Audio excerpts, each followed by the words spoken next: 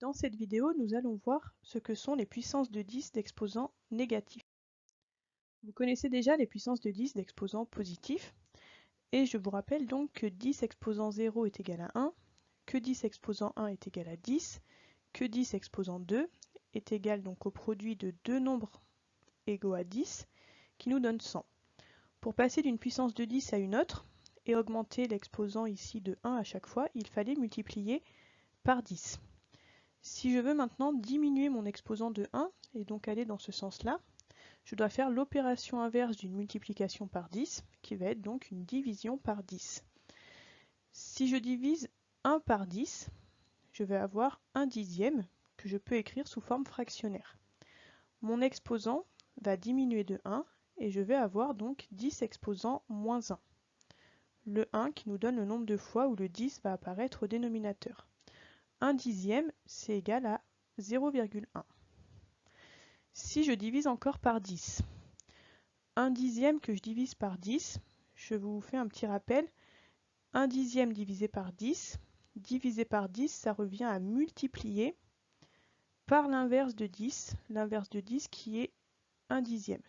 Donc 1 dixième fois 1 dixième, je peux l'écrire sous cette forme-là, 1 sur 10 fois 10, et j'ai donc deux nombres 10 au dénominateur. Mon exposant ici va diminuer de 1, et j'arrive à 10 exposant moins 2. Le 2 ici nous donne le nombre de 10 dans mon produit au dénominateur. 1 sur 10 fois 10 c'est égal à 1 sur 100, donc 1 centième, que l'on peut écrire donc 0,01 sous forme décimale. Si je continue encore à diviser par 10, sur le même principe qu'ici, si je redivise par 10, je vais remultiplier par 1 dixième, je vais donc avoir la fraction 1 sur 10 fois 10 fois 10. Mon exposant ici va diminuer de 1, donc je vais avoir 10 exposant moins 3. Je vais donc calculer 1 divisé par 1000, ici, donc 1 millième, que je peux écrire donc 0,001. On continue encore à diviser par 10. Je vais donc avoir cette même écriture, mais avec un 10 supplémentaire au dénominateur.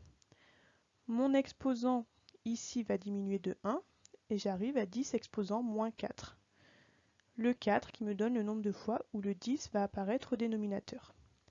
Si je calcule ça, je vais arriver donc ici en divisant par 10 à 0,0001. On pourrait continuer comme ça pour obtenir toutes les puissances de 10 qui ont un exposant négatif. On peut donc généraliser notre formule. Et donc pour n qui est un nombre entier supérieur ou égal à 2, donc à partir d'ici, on va avoir donc 10 exposant moins n qui va être égal à 1 sur 10 exposant n. Donc c'est l'inverse de 10 exposant n. Et on va donc le calculer 1 sur, et au dénominateur, autant de 10 que la puissance va nous l'indiquer ici.